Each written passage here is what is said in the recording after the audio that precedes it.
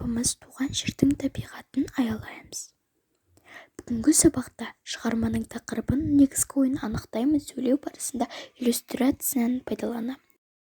Осы тақырыбымызға байланысты бізге ақын беріліпті. Ол кісі Сұлтан Қалиев 1943 жылы дүниеге келіп, 2018 жылы дүниеден озған ақын екен.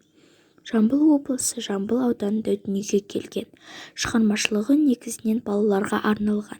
Ақынның сыныққа сылтау, ғажайып тас, кішкентай агрономдар, тағы басқа өлеңдер жинағы бар. Енді бізге осы ақынның өлеңі беріліпті. Қандай болып өсеміз? Қандай болып өсеміз? Табиғатты сүймейтін, баланың көп кеселі, ол обалды білмейтін, тас жүрек боп өседі. Дегенді оқып бірдемен жиіледі тынысым, жоғалғандай бірдеңе, кетті мүлдем тынышым. Бұл табиғат деген не? Жұрттың емдер кеселін, оны жақсы көрем бе? Қандай болып өсемін? Табиғатты білемін, ауа, су, жер, күн, аспан, жан-жануар, гүл-егін көкжиекке ұласқан.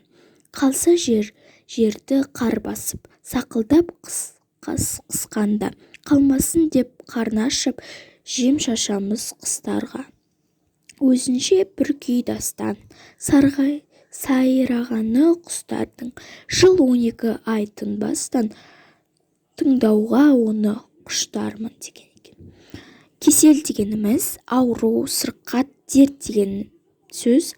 Құштар болу дегеніміз жақсы көру, яғни соған 6-шы тапсырмада бұл табиғат деген не? Жұрттың емдер кеселін, оны жақсы көрем бе? Қандай болып өсемін? Кейіпкер сөзі монолог пе диалог?